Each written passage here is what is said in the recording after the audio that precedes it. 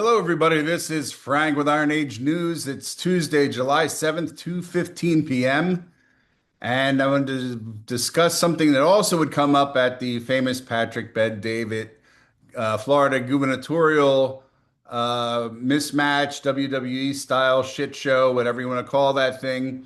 And it has to do with the prevalence of fear about data centers and what we're really talking about with data centers. That was a question there. It's being circulated online now to make Jay Collins look dumb or that he's a patsy or whatever by an op who is going to get kicked out of the race anyway.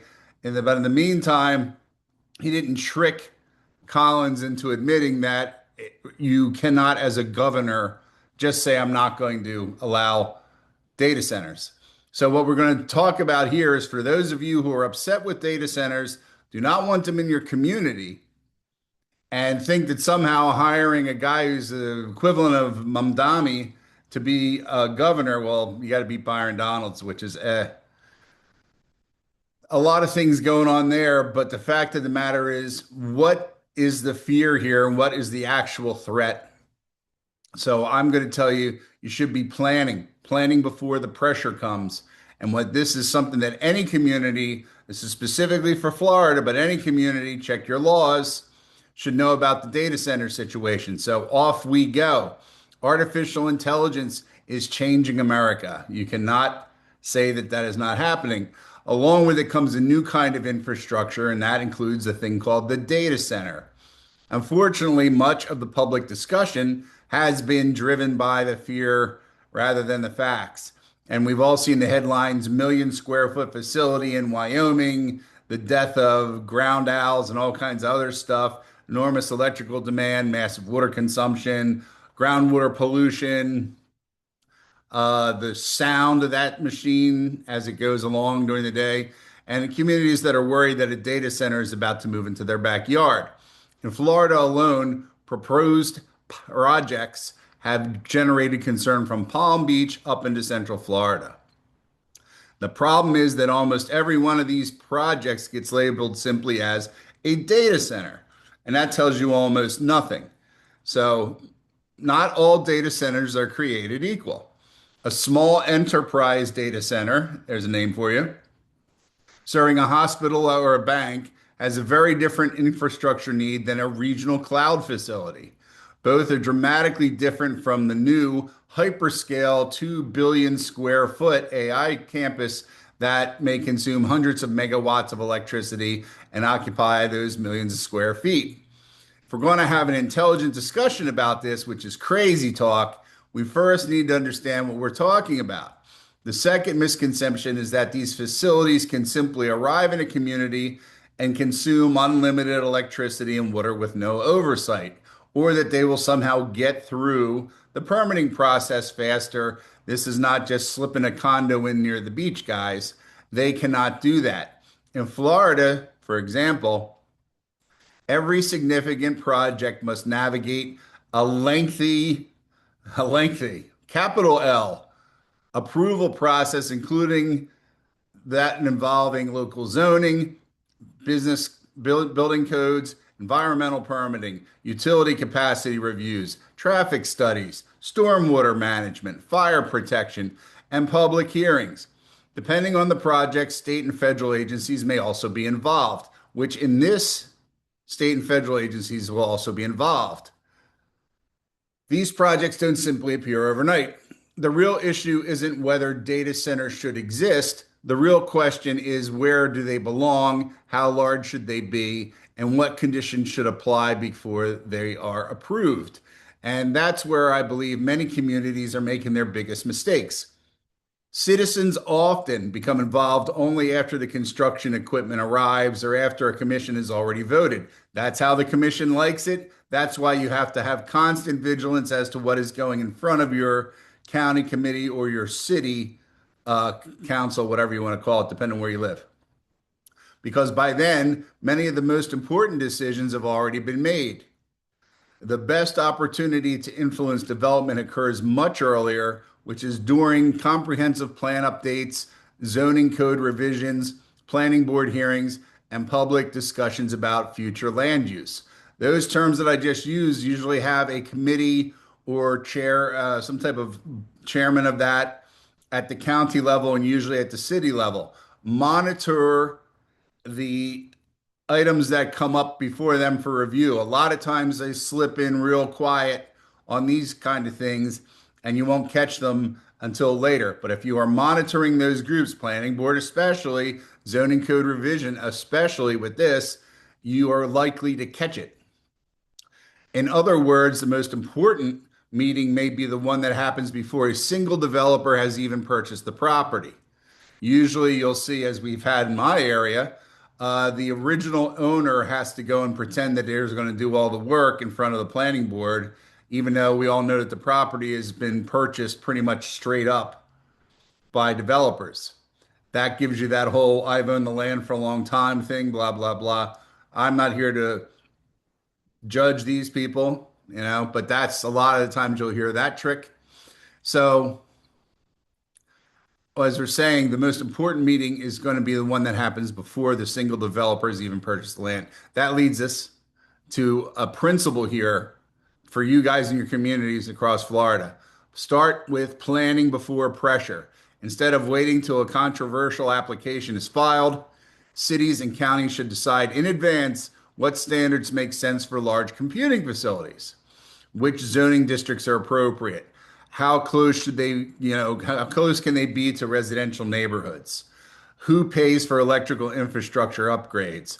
What noise limit should apply? Should reclaimed water be used where practical? How much landscaping, buffering, etc.? We have the situation up the road from me where the county has its landfill and neighbors are complaining. The neighborhood was built around the landfill. If you didn't notice the landfill, then you're not too damn smart, right? So that kind of thing I disqualify. This is going to be the exact opposite, where it's going to come into your area, probably in an industrial property that you are either empty or whatever, and they will make their own things happen. So, like I said, look at your town, look at your county, look at things that are a certain size, and monitor when they come up for sale. States like Florida, we are so insane about real estate sales that I think within one or somebody always has a real estate agent in the family. You could, pin that property and see what's going on there if you think that there are viable properties, let's say. So, all that stuff I said, those are policy questions that should be answered before anybody submits any application. Likewise, citizens who care about their community should focus on understanding the process rather than reacting to the rumors. Read staff reports, review the engineering studies, attend planning meetings if available, ask informed questions. Hold both developers and elected officials accountable to the same objective standards. If you're thinking the developers and the elected officials are working hand in hand to put one over on your community, then you better watch them both. And you better find out who's good and who's bad. And if they are bad already, you may want to get rid of them before, unfortunately, some project comes along like this, which would be too much money for them to step away from. Good planning protects everybody. It provides certainty to residents. If you are in a certain community and you do not already have a civic association, form a civic association. It's usually, like by your development. If you live, I'm in one. There's Highlands. There's a bunch of other ones near me that should have a civic association, which they do, right? When you have to go to the city council or you have to go to the county council, you have a much better standing as a civic association making a complaint than just being mom and pop kettle. That's how it is. I would tell you to look into it. It's a great thing to have. I wanted to get it in this town, but they go out of their way to stop it from happening, considering my town actually just was a neighborhood of Pompano and then became a city. So go figure, right? So anyway, likewise, if you are, what was I going to say? So, like I said, attend these meetings, form your civic association, put down in your thing, part of your mission statement is to keep the community from having crazy shit go on, whatever you want to write it nicer than that. So good planning is going to protect everybody. You ever hear good fences make good neighbors? It's true. It provides certainty to your residents. It provides certainty to responsible developers and provides help to the local governments making decisions based on established policy instead of political pressure. Artificial intelligence is coming whether we like it or not. The challenge for Florida is not whether technology will grow. The challenge is whether our communities will be prepared to manage that growth wisely. The conversation shouldn't be pro data center or anti data center. It should be pro planning where we're going to have these things because it doesn't have to be next door to your house. It's not a fucking gas pump, you know? You see how they work. It works over the internet. You don't have to have them near your home. Likewise, you don't want them in a situation where they're going to suck up all of your water. So if you get your groups together and you say, hey, I would like to go to the state house and propose legislation that greatly restricts the communities that these things are allowed to be in, that's how you're going to stop it. If you stand out front of the place with your signs and everything else and boo hoo hoo, it doesn't help. That was an establishment thing from the 60s to make everybody feel that they were participating in the government process without participating in the government process. In cities like New York City, it is part of the government process because you use them to make people afraid and to move from the community so that you could lock down the votes. Let's not talk about that right now. These things are going to happen. Okay, the 2 million square foot thing is actually totally ridiculous.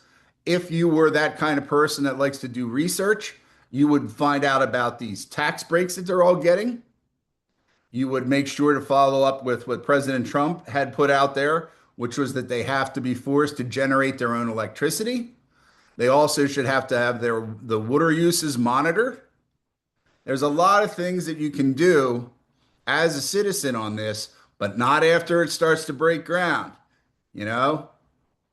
So that's all I have for you on that. I think it is an important topic. It's being handled incorrectly.